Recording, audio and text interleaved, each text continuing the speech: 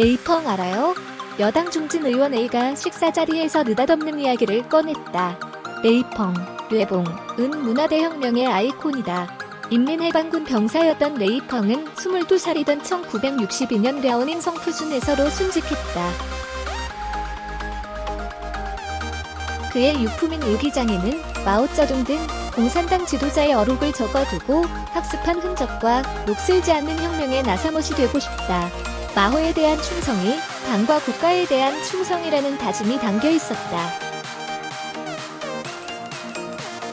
이런 사연을 접한 마오쩌둥은 1963년 레이펑 동지에게 배우라 한뇌봉동지 학습하는 지시를 내렸고 레이펑은 순식간에 국민 영웅이 됐다. 그 시절 레이펑을 향한 찬양은 마오쩌둥에 대한 충성과 같은 의미였고 그 반대말은 당과 국가에 대한 반역이었다.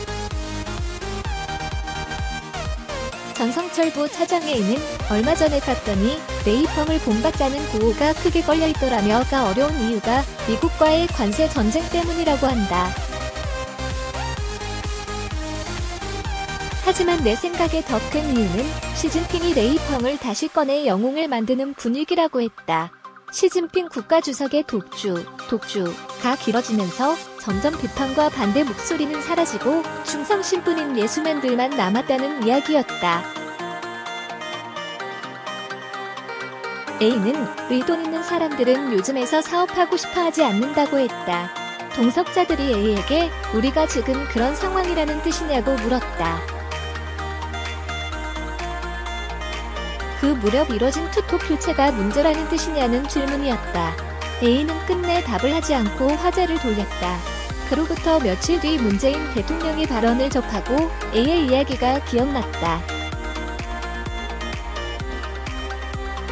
문 대통령은 20일 국무회의에서 조선업 등 제조업의 실적 개선을 언급하며 물 들어올 때도 저어라는 말처럼 이 기회를 잘 살릴 수 있도록 최선을 다해 주기를 바란다고 했다.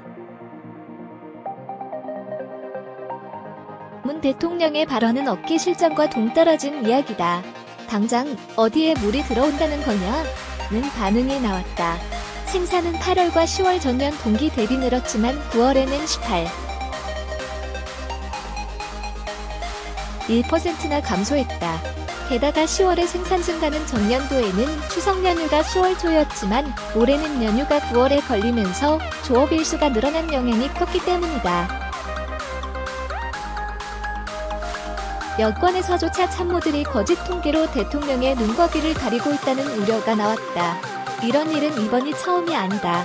이달 1일 문 대통령의 국회 시정연설 직후 만난 여당 중진 비의원은 도대체 누가 이런 원고를 대통령 손에 쥐어준 거냐며 씩씩거렸다. 그가 문제 삼은 부분은 문 대통령이 우리나라 성장률 지표가 좋다고 강조하면서 세계가 우리의 성장에 찬탄을 보낸다고 한 대목이었다. 비의원은 다들 살기 어렵다는데 대체 무슨 통계를 본 거냐. 찬탄이란 단어를 듣는 순간 기가 막혔다고 했다. 장하성 전 대통령 정책실장의 소득주 도성장 정책에 반대 목소리를 내다 퇴진한 김동연 부총리가 건에서 블루칩 대접을 받는 것도 이런 상황과 닿아있다. 지표 악화에 책임을 져야 할 김 부총리가 도리어 인기를 누리는 것은 대통령의 현실 인식에 대한 여론이 좋지 않다는 반증이다. 참모는 대통령이 올바른 판단을 내릴 수 있도록 눈과 귀가 돼야 할 사람이다. 대통령의 현실 인식이 외부의 시각과 자꾸 차이가 난다면 참모진 구성에 문제가 없는지 살펴봐야 할 때다. 현실 인식이 틀려서는 제대로 된 해법이 나올 수 없다. 전성철부 차장돈 단거.com 미래를 지향하는 의 감정적 구태 외교